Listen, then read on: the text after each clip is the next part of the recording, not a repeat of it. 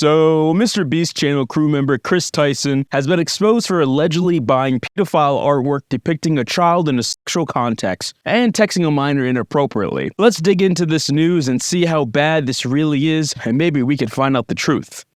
The first accusation is all about Kris buying pedophile artwork from Shadbase. Shadbase, who describes himself as the most unhinged online artist, is mostly known for drawing CP and lolly porn. For context, lolly is a young or younger looking character in anime and manga. The art that he makes under the Protect Act of 2003, which says obscene images depicting minors are considered CP, and says lolly depicts an identifiable minor engaging in sexual explicit situations, it violates federal law. Not sure how this account is still active on X, but honestly not surprised with the cesspool X has become. The content that Kris bought was what looks like to be an underage girl in panties holding a gun in her mouth, and it's very lewd and very wrong. And for some proof that Kris did in fact purchase this artwork, as you can see in this picture, it's hanging on his wall. And if you look at the face circled, you'll see that it's Mr. Beast, who used to live with Kris, making the conclusion that he hung the very illegal photo up in their living room, which is all very, very wrong and weird.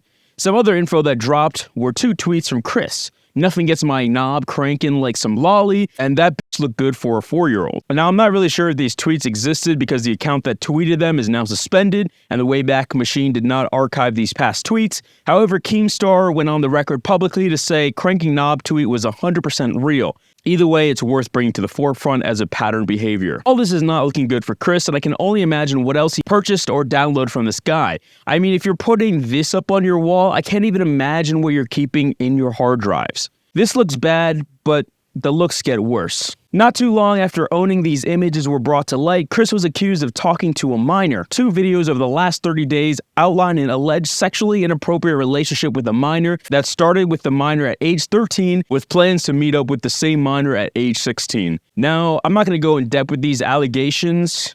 If you want, you can go watch their videos. I'm not going to go in depth because Keemstar reached out to the minor known as Lava and asked for a comment, and here was his response.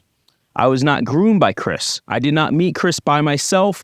I met Kris and the Mr. Beast crew with my family present. I ran a Discord with Kris when I was 13 and edgy and inappropriate jokes were said. That's it. Lava went on his own Twitter to state Kris did nothing wrong. What's actually disgusting is you guys twisting these things and making me a victim. Now, it's great to hear nothing Epstein-like happened between the two, but Kris between the age 20 and 22 should have definitely known better to not make inappropriate jokes with minors, especially in the sexual base.